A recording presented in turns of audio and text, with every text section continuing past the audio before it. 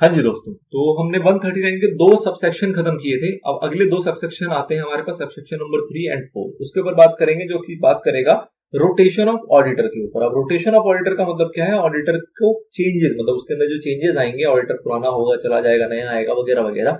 और कुछ उसके अंदर के रोटेशन होते हैं, लाइक कि अगर हमने किसी फॉर्म को अपॉइंट किया है तो कौन सा उसका पार्टनर ऑडिट करेगा, उसके ऊपर की बातें, तो वो कवर होगी हमारे इस सेक्शन में। तो पहला पॉइंट जो आपका कहता है वो ये कहता है कि जो मेंबर्स हैं वो इस चीज को रिजॉल्व कर सकते हैं। किस चीज को रिजॉल्व कर सकते हैं? कि सपोज अगर किसी कंपनी ने एक फॉर्म को अपॉइंट किया है for the purpose of auditing, तो उस केस में जो ऑडिटिंग पार्टनर है, मतलब जो भी उस फॉर्म का पार्टनर होगा, जो आके ऑडिट करता होगा, जो उसकी टीम होगी, वो किस तरीके से रोटेट करेगी। मतलब सपोज ऐसा ना हो ना कि एक ही पार्टनर और एक ही उसकी टीम जो है वो 10 सालों तक लगातार ऑडिट करे जा रही है। तो उस चीज को किस तरीके से रोटेट किया जाएगा, किस इंटरवल में उसको चेंजेस उसके अंदर लाए जाएंगे, इसके ऊपर डिसीजन कौन लेगा? हमारे मेंबर्स ले सकते हैं। ठीक है जी। उसके बाद आती है कि कोई कंपनी ऐसी है, आपको ये चीजें भी पता होंगी या पता लगनी चाहिए, कि कोई कंपनी ऐसी जिसका लार्ज स्केल है, मतलब कि वो उनको लगता है कि एक फर्म काफी नहीं है उनका ऑडिट करने के लिए, तो उस केस में उनके पास ऑप्शन होता है कि वो ज्वाइंट ऑडिटर को अपॉइंट करे, मतलब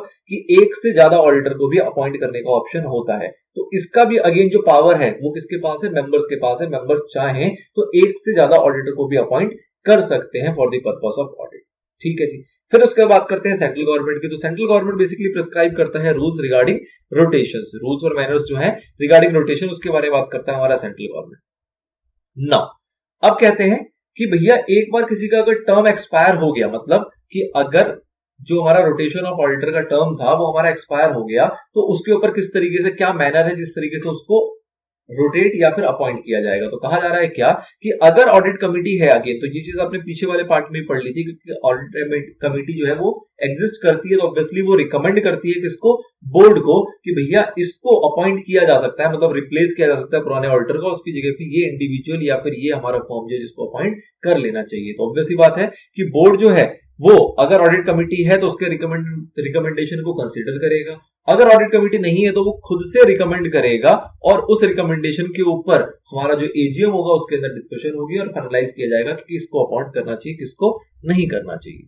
फिर रोटेशन के ऊपर बहुत इंपॉर्टेंट अब पैराग्राफ शुरू होता है। वो क्या कहता है कि अगर सपोज करो कोई ऑडिटर है जो कि इस एक्ट के आने से पहले किसी कंपनी का ऑडिट कर रहा था, ठीक है, तो उस केस में जो आपके 5 साल हैं वो पीछे वाले भी काउंट किए जाएंगे। बहुत यूनिक सी चीज आ गई कि अगर कोई ऑडिटर ऐसा है जो कि पहले से भी काम कर रहा था, तो जो हमारे टर्म की बात हो रही है, चाहे वो 5 साल हो, चाहे फॉर्म के केस में 10 साल हो, वो पीछे के भी काउंट किए जाएंगे। अब पीछे के काउंट किए जाएंगे, इसका क्या मतलब है? कि सपोज अगर किसी ने पहले ही 10 साल ऑडिट कर लिया, हमारी कंपनी है, उसका ऑडिटर कोई पहले ही 10 साल रह चुका है, तो 10 साल से ज्यादा तो फॉर्म का ऑप्शन ही नहीं है। तो 10 साल अगर वो पहले ही ऑडिट कर चुका है, तो क्या वो आगे ऑडिट कर पाएगा इस एक्ट को आने के बाद? तो एक्ट कहता है नहीं। फिर आपको याद आएगा एक ट्रांजिशनल पीरियड वाला पॉइंट। ट्रांजिशनल पीरियड में क्या कहा गया कि भैया 3 साल की आपको एडिशनल छूट दी जाएगी। तो फिर वो पॉइंट आते हुए क्या कहा जा रहा है कि अगर किसी ने ऑलरेडी 10 साल ऑडिट कर लिया, तो वो आगे और कितना ऑडिट कर सकता है? सिर्फ और सिर्फ 3 साल। अगर 10 साल उसने ऑडिट कर लिया तो मैक्सिमम आगे वो कंटिन्यू करना चाहे तो कर सकता है, जो कि ट्रांजिशनल पीरियड के अकॉर्डिंग कर पाएगा, लेकिन कितना कर पाएगा? 10 साल, सॉरी 3 साल कर पाएगा। ठीक है, चलिए अब इसके ऊपर एक एग्जांपल आएगा बहुत प्यारा, उसको देखेंगे। फिर आगे पॉइंट कह रहा है क्या, कि अगर कोई जो नया ऑडिटर हम अपॉइंट कर रहे हैं, वो सपोज करो जो हमारा ऑडिटर जा रहा है, जो रिटायर हो रहा है, उसी से कनेक्टेड है, मतलब उसी के सेम नेटवर्क का बंदा है। नेटवर्क का मतलब क्या हुआ कि सपोज करो एक ब्रांड के अंदर 10 ऑडिट फर्म है जो कि काम करती है। कोई एक ब्रांड है या एक नाम है या एक लोगो है या एक मैनेजिंग पर्सन है, उसने 10 अलग अलग फर्म्स खोल रखी है और 10 फर्म के अंदर काम करती है। तो क्या फर्म नंबर 1 रिटायर होगा तो क्या फर्म नंबर 2 को अपॉइंट कर लेना ठीक रहेगा? बिल्कुल ही रहेगा, क्योंकि ये जो रोटेशन है इसका बेसिकली पर्पस ही क्या है कि एक ही ऑडिटर ना रहे कंपनी का कई सालों तक, ताकि अगर उस कंपनी के अंदर कोई लूपहोल्स वगैरह हैं जो कि एक ऑडिटर छुपा रहा था, तो एटलीस्ट दूसरा तो नहीं छुपाएगा, सारे तो कल्प्रिट नहीं हो जाएंगे। तो इसलिए मकसद है कि भैया चेंज होते रहेंगे तो ट्रांसपेरेंसी बनी रहेगी, इंडिपेंडेंस बना रहेगा। ठीक है, अब कहा जा रहा है कि अगर कोई सेम नेटवर्क में कई सारी ऑडिट फर्म काम कर रही हैं, तो अगर एक ऑडिट फर्म रिटायर हो गया तो उस नेटवर्क की जितनी भी ऑडिट फर्म्स होंगे या जितने भी इंडिविजुअल्स होंगे वो ऑटोमेटिकली इनएलिजिबल हो जाएंगे अपॉइंटमेंट के लिए। ठीक है, तो इसको भी आपको ध्यान रखना है ना। फिर बात आती है रोटेशन में कि भैया ब्रेक होना चाहिए, तो ब्रेक आपने पीछे देख लिया, कूलिंग ऑफ पीरियड था आपका जो कि 5 सालों का होना चाहिए। और 5 सालों का ब्रेक के बाद ही उसको दोबारा से अपॉइंट किया जा सकता है। फिर बात आती है कि भैया अगर सपोज कीजिए एक ऑडिट फर्म है, उसका एक पार्टनर है, उसने एक ऑडिट फर्म है जो कि कंपनी का ऑडिट कर रही थी, कंपनी का ऑडिट खत्म हुआ, उस पार्टनर ने उस ऑडिट फर्म से रिजाइन कर दिया और दूसरे ऑडिट फर्म को ज्वाइन कर लिया। तो जिस ऑडिट फर्म को वो ज्वाइन करता है वो ऑडिट फर्म भी इनएलिजिबल हो जाएगा उस कंपनी का ऑडिट करने से जिसका वो ऑडिट पहले कर रहे थे। ठीक है ना, मतलब फर्म ए है, फर्म ए में से एक पार्टनर रिजाइन कर लेता है ऑडिट के 5 साल कंप्लीट होने के बाद और वो फर्म बी को ज्वाइन कर लेता है, तो फर्म बी भी जो है वो उसी सेम कंपनी को दोबारा से अपॉइंट नहीं हो सकती, वो भी इनएलिजिबल हो जाएगी क्योंकि कहीं ना कहीं पार्टनर जो हो गया वो सेम हो गया, इवन दो आफ्टर रेजिग्नेशन हुआ हो तब भी नहीं माना जाएगा ना।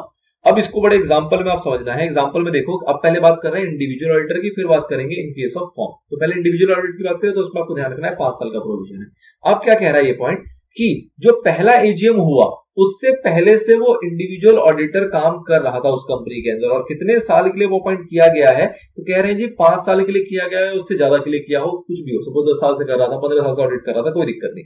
अब रेलेवेंट फैक्टर जो है वो 5 इयर्स है या फिर उससे ज्यादा, ठीक है ना। अब अगर 5 इयर्स उसने ऑलरेडी काम कर लिया है तो हमारा प्रोविजन कहता है कि भैया 5 साल अगर किसी कंपनी में काम कर लिया तो उसको दोबारा से अपॉइंट नहीं करना चाहिए। लेकिन ट्रांजिशनल पीरियड आ जाता है और वो कहता है कि उसको और आगे कितने साल के लिए अपॉइंट कर लिया जा सकता है, मतलब एक्ट आने के पहले एजीएम की जो हुई उस एजीएम के अंदर उसको फर्दर कितने साल के लिए हम दोबारा से अपॉइंट कर सकते हैं। तो एक्ट हमारा कहता है कि भैया 3 साल के लिए और किया जा सकता है max to max because of transitional period. ठीक है, तो कुल मिला के अगर देखें तो उसने कितने साल सर्व कर लिया उसी एक कंपनी में, तो उसने सर्व कर लिया 8 साल या फिर उससे ज्यादा। उससे ज्यादा का मतलब क्या है कि अगर उसने ऑलरेडी 7 साल काम कर चुका होगा, 5 और मोर है ना, तो 7 इयर्स अगर उसने ऑलरेडी वो अपॉइंटेड था, उसने वहां पे ऑडिट का काम किया है, तो उसके बाद 3 साल उसको ट्रांजिशनल के वजह से और मिल जाएगा, तो कहीं ना कहीं वो 10 साल हो गया। चलिए एग्जाम्पल में आगे बढ़ते हैं। अगर किसी ने 4 साल ही काम किया है तो भी हम कहेंगे भैया 3 साल ट्रांजिशनल के और ले ले।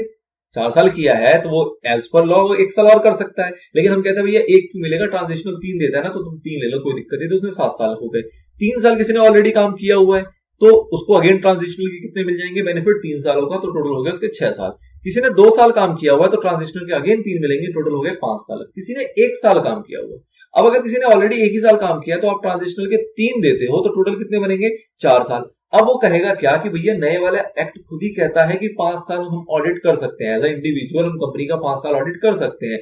तो भैया तुम 3 ट्रांजिशनल के दे रहे हो, एक को मैं एक्स्ट्रा भी ले सकता हूं क्योंकि मेरे 5 ही पूरे नहीं हुए, तो मैं ट्रांजिशनल का बेनिफिट ही नहीं ले रहा, मैं तो भैया एक्चुअल लॉ ले रहा हूं। ट्रांजिशनल का बेनिफिट तो उनके लिए ना जो लोगों का बेसिकली, आप इसके अंदर अगर देखोगे तो इस 4 साल में जो 3 साल ये ले रहा है तो ये क्या बोलेगा, वो उसको हम कहते हैं कि भैया जा तेरे को 3 साल दिए for the purpose of transitional.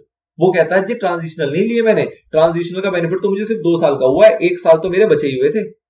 4 साल मैंने काम किया तो 1 साल तो मेरे लॉफुली बचे हुए हैं, 2 साल तुम ट्रांजिशनल का बेनिफिट दे रहे हो। इसको 3 थे तो ये कहेगा 2 साल तो मेरे बचे हुए थे, 1 साल ही तो ट्रांजिशनल से मिल रहा है। इसके 2 साल हुए तो ये कह रहा है भैया जो 3 साल मुझे मिल रहा है ये ट्रांजिशनल का नहीं है, ये तो वो है जो कि एज पर लॉ है। अब इसके 1 साल जो थे ये कह रहा है कि नहीं, 1 साल मेरे हुए थे, 3 साल मेरे को ट्रांजिशनल वाले जो मिलने थे वो नहीं मिलेंगे, मेरे को सीधा सीधा 4 साल जो मेरे एक्चुअल बनते हैं वही मेरे को मिलेंगे और कुल मिला के मैं 5 साल और ऑडिट कर पाऊंगा, मतलब 4 साल और ऑडिट कर पाऊंगा, 1 साल मैं पीछे कर चुका हूं। ठीक है, तो मुद्दा ये समझना है आपको कि जो ये एग्रीगेट है ये कभी भी 5 से कम तो होगा नहीं, मतलब ऑप्शनल है कि अगर अपॉइंट ही किया जाएगा कम के लिए या बाद में हटा दिया जाएगा वो अलग सिनेरियो है, बट ये आपका मिनिमम 5 रहेगा। और अगर किसी ने पहले से ही कर लिया है तो वो फर्दर अपॉइंट से मैक्सिमम 3 सालों के लिए हो सकता है। चलिए, हो सकता है आप समझ पा रहे हो मैं क्या समझाना चाह रहा हूं। आगे इंडिविजुअल ऑडिटर की बात करें तो यहां पे कहा जा रहा है कि इंडिविजुअल ऑडिटर अगर किसी का नाम या किसी का ब्रांड नेम या कुछ अगर यूज कर रहा था for the purpose of auditing, तो ऑब्वियस ही बात है वो ऑडिटर भी आपका क्या हो जाएगा, इनएलिजिबल हो जाएगा आगे से दोबारा से रीअपॉइंट होने के लिए।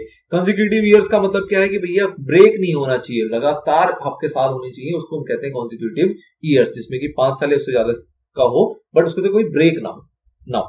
ऑडिट फॉर्म की बात करें तो सेम टेबल है, यहाँ पे 10 साल से शुरू होगी कहानी कि भैया किसी ने पहले ही 10 साल या उससे ज्यादा ऑडिट कर लिया तो वो क्या दोबारा अपॉइंट हो पाएगा, तो हम कहते हैं कि एज पर लॉ तो नहीं होना चाहिए क्योंकि 10 साल ही परमिशन है, लेकिन ट्रांजिशनल पीरियड का प्रोविजन कहता है कि भैया 3 साल के लिए दे दो उसे अपॉइंटमेंट, तो may be appointed including transitional, तो अपॉइंट किया जा सकता है ट्रांजिशनल को जोड़ते हुए मैक्सिमम 3 साल के लिए, तो उसकी टोटल सर्विस जो हो गई वो कितनी हो गई, 13 साल की हो गई। इस तरीके से आप 9, 8, 7 नीचे गिराते जाओगे, 3 साल 3 साल 3 साल चलता जाएगा। लेकिन जैसे ही उसके बाद 6 साल में आएगा कि उसने पहले 6 साल ही काम किया है तो वो फर्दर और कितने साल के लिए अपॉइंट हो सकता है? तो ट्रांजिशनल के 3 नहीं है यहाँ पे, तो उसके अपने अपने कितने बचे हुए हैं? 4 साल। तो कुल मिला के वो 10 साल उसके बन जाएंगे। किसी ने अगर 5 साल पहले काम किया है तो वो ये एक्ट आने के बाद फर्दर और कितने साल काम कर सकता है?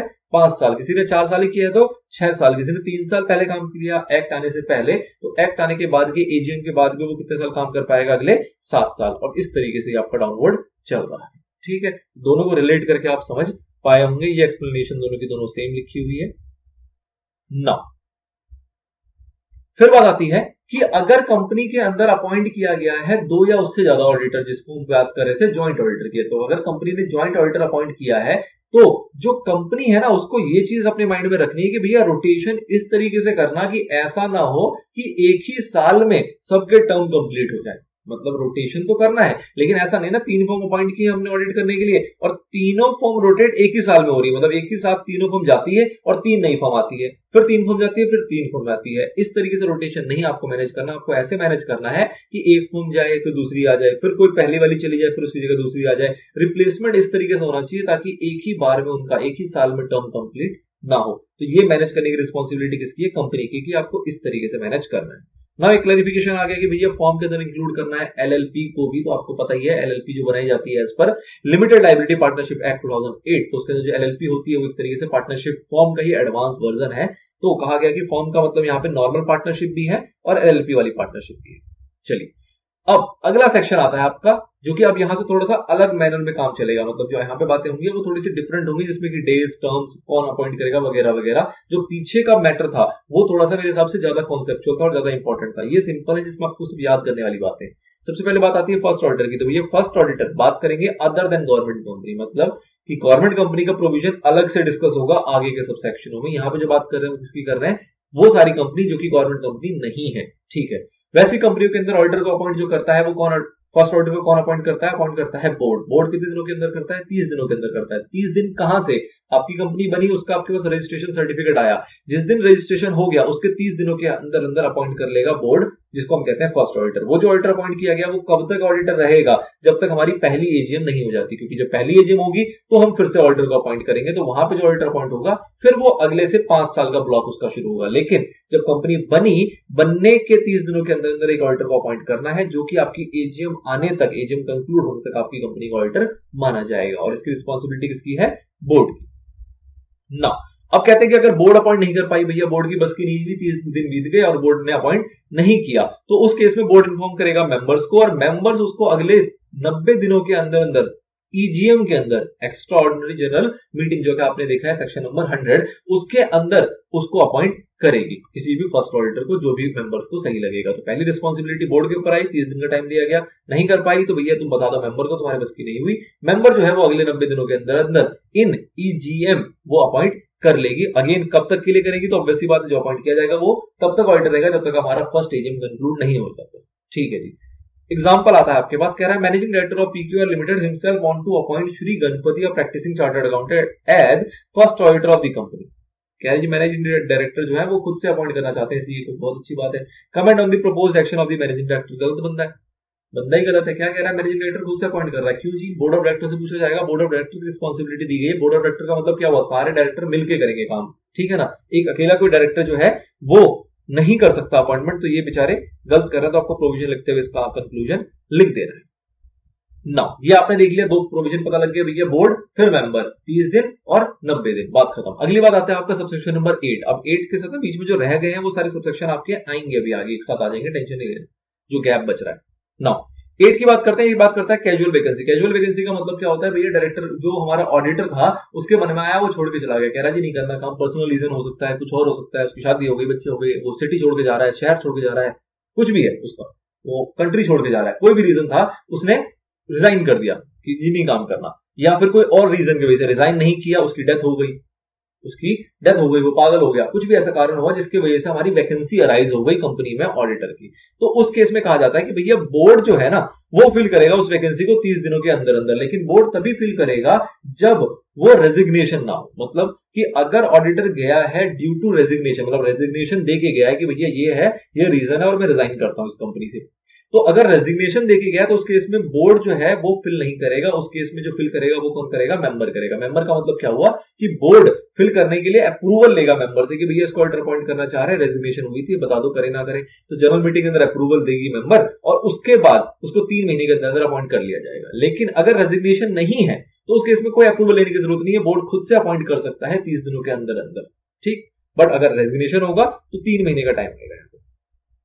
नाउ फिर जो ऑडिटर ने अपॉइंट किया है, ऑब्वियस सी बात है कैजुअल वैकेंसी थी तो हमने जल्दबाजी में किसी को भी अपॉइंट कर लिया होगा। तो जो भी हमारा ऑडिटर अपॉइंट किया गया है, चाहे हमने किया हो चाहे वो मेंबर ने किया हो, तो उन दोनों सिनेरियो में जो ऑडिटर अपॉइंट किया गया होगा वो कब तक हमारी ऑफिस को होल्ड करेगा, तो वो होल्ड करेगा आने वाली नेक्स्ट एजीएम की कंक्लूजन तक। मतलब जब तक हम नेक्स्ट एजीएम के अंदर फर्दर या तो उसी को दोबारा अपॉइंट ना कर ले as a fresh for the purpose of 5 years term, या फिर किसी और ऑडिटर को अपॉइंट करें एज द केस में भी। लेकिन वो होल्ड जो करेगा कैजुअल वैकेंसी वाला ऑडिटर, वो कब तक करेगा, जब तक हमारी नेक्स्ट एजीएम की कंक्लूजन नहीं हो जाती, ठीक है। तो इसी चीज को यहाँ पे बताया गया है कि भैया जो 30 दिन के लिए अपॉइंट करेगा बोर्ड, और अगर बात करते हैं रेजिग्नेशन का कारण रहा तो उस केस में आपका बोर्ड जो है वो रिकमेंड करेगा और अप्रूवल लेगा किससे, मेंबर से। कहां पे, जनरल मीटिंग के अंदर, जो कि होगा 3 महीने के अंदर अंदर।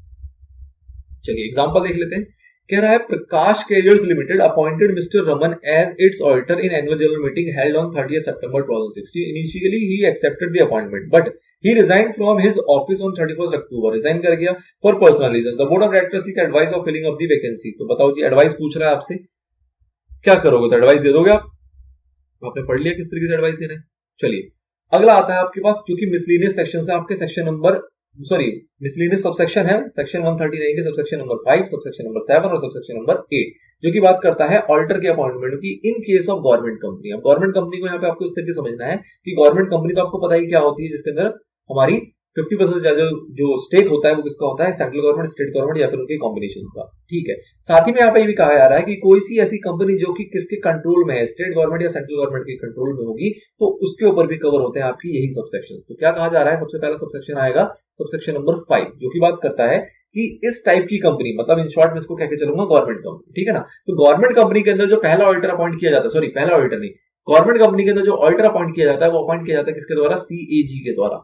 सीएजी के द्वारा ऑडिटर अपॉइंट किया जाएगा कहां पे, गवर्नमेंट कंपनी में, या फिर कोई और ऐसी कंपनी जिसको कि कंट्रोल किया जा रहा है डायरेक्टली या इनडायरेक्टली किसके द्वारा, सेंट्रल गवर्नमेंट के द्वारा, या फिर स्टेट गवर्नमेंट या स्टेट गवर्नमेंट्स के द्वारा, या फिर स्टेट गवर्नमेंट और सेंट्रल गवर्नमेंट के कॉम्बिनेशन के द्वारा। तो इनके द्वारा अगर किसी भी कंपनी को ओन्ड या फिर कंट्रोल किया गया है डायरेक्टली या इनडायरेक्टली, तो वैसी कंपनियों में भी जो ऑडिटर अपॉइंट होते हैं वो किसके द्वारा होते हैं, सीएजी के द्वारा होते हैं। सीएजी कितने दिनों में ऑडिटर अपॉइंट करेगा, तो जैसे ही साल खत्म होगा उसके 180 दिनों के पहले 180 डेज के अंदर अंदर हमारा ऑडिटर जो है वो अपॉइंट कर लिया जाता है। और वो कब तक के लिए ऑडिटर रहेगा, till the conclusion of next AGM. इसी चीज को पिक्चराइज कर दिया गया है, मैं रिपीट यहाँ पे नहीं कर रहा हूं। अगला आएगा आपका सबसेक्शन नंबर 7, जो की बात करता है फर्स्ट ऑडिटर की। अब आपने पहले देखा वो नॉर्मल ऑडिटर की बात हो रही है, हर साल ऑडिटर जिस तरीके से अपॉइंट होगा तो सीएजी अपॉइंट करेगा, 180 दिनों के अंदर कर लेगा और वो नेक्स्ट एजीएम की कंक्लूजन तक हमारा ऑडिटर बना रहेगा। बात करते हैं फर्स्ट ऑडिटर। फर्स्ट ऑडिटर का मतलब कि कंपनी नई नई इनकॉर्पोरेट हुई, फर्स्ट ऑडिटर तभी आएगा। तो कंपनी जब नई नई इनकॉर्पोरेट होगी तो फर्स्ट ऑडिटर को अगेन अपॉइंट कौन करेगा, सीएजी करेगा। लेकिन यहाँ पे कितने दिनों के अंदर करेगा, 60 डेज। 60 डेज कहां से, रजिस्ट्रेशन से। एक बार आपका कंपनी इनकॉर्पोरेट हुआ, रजिस्टर हो गया, तो रजिस्ट्रेशन सर्टिफिकेट जो आया उसमें जो डेट होगी उस डेट के 60 डेज के अंदर अंदर सीएजी को अपॉइंट करना है ऑडिटर को, which is our first auditor. अब अगर सीएजी नहीं कर पाता, सपोज करो सीएजी 60 डेज में अपॉइंट नहीं कर पाया, तो उस केस में क्या होगा, उस केस में बोर्ड अपॉइंट करेगा। बोर्ड कितने दिनों में अपॉइंट करेगा, तो बोर्ड को टाइम दिया गया 30 दिन होगा। भैया सीएजी अगर फेल हो गई, सीएजी अगर अपॉइंट नहीं कर पाई कितने दिनों के अंदर, 60 डेज के अंदर, तो उसके बाद मौका मिलेगा किसको, बोर्ड ऑफ डायरेक्टर्स को। और बोर्ड ऑफ डायरेक्टर के पास टाइम होगा 30 दिन होगा, 30 दिनों के अंदर उसको अपॉइंट कर लेना है फर्स्ट ऑडिटर को। बोर्ड ऑफ डायरेक्टर भी हमारे फेल हो गए, वो भी बेचारे अपॉइंट नहीं कर पाए, तो बोर्ड ऑफ डायरेक्टर इन्फॉर्म करेंगे मेंबर्स को, जी हमारे बस की नहीं है, हम भी अपॉइंट नहीं कर पा रहे हैं 30 दिनों के अंदर, आप ही बताओ क्या करें। तो उसके इसमें फिर मेंबर्स जो होंगे वो अपॉइंट करेंगे कितने दिनों के अंदर, 60 डेज के अंदर। तो पहले 60, फिर 30, फिर 60 डेज ले गया सीएजी, 30 दिन ले गया बोर्ड, फिर 60 डेज मिलेंगे किसको, मेंबर्स को। और उनको ये जो अपॉइंटमेंट किया जाएगा वो उनके द्वारा किया जाएगा ईजीएम के अंदर, एज पर सेक्शन नंबर 100, ठीक है। और जो भी अपॉइंट होगा ये हमारा फर्स्ट ऑडिटर, ऑब्वियस सी बात है वो कब तक के लिए होगा, तो वो होगा till the conclusion of first AGM, क्योंकि हमारा फर्स्ट ऑडिटर है। नाउ इनकी कैजुअल वैकेंसी की बात करें कि भैया इस टाइप के ऑडिटर, इन कंपनीज के ऑडिटर, लाइक गवर्नमेंट कंपनीज के ऑडिटर अगर छोड़ के चले जाते हैं ड्यू टू रेजिग्नेशन और एनी अदर पर्सनल रीजन, तो उस केस में क्या होगा, तो इस टाइप की कोई भी वैकेंसी अगर होती है इन कंपनीज के अंदर, तो उनका अपॉइंटमेंट किसके द्वारा किया जाएगा, सीएजी के द्वारा किया जाएगा। कितने दिनों में किया जाएगा, 30 दिनों के अंदर अंदर वैकेंसी हुई, उसके 30 दिनों के अंदर अंदर सीएजी द्वारा फिल किया जाएगा। अगर सीएजी नहीं कर पाती तो उस केस में मौका मिलेगा बोर्ड को, और बोर्ड को भी दी जाएंगे अगले 30 दिन और कि भैया बचे हुए आगे के नेक्स्ट 30 डेज के अंदर अंदर आपको अपॉइंट कर लेना है ऑडिटर को। ये था आपका सबसेक्शन नंबर 8। नाउ बात आती है रीअपॉइंटमेंट, जिसके ऊपर सबसेक्शन नंबर 9 है, 10 है और 11। क्या बात करेगा ये? कह रहा है रीअपॉइंटमेंट। तो रीअपॉइंटमेंट क्या सेम ऑडिटर को किया जा सकता है? बिल्कुल किया जा सकता है।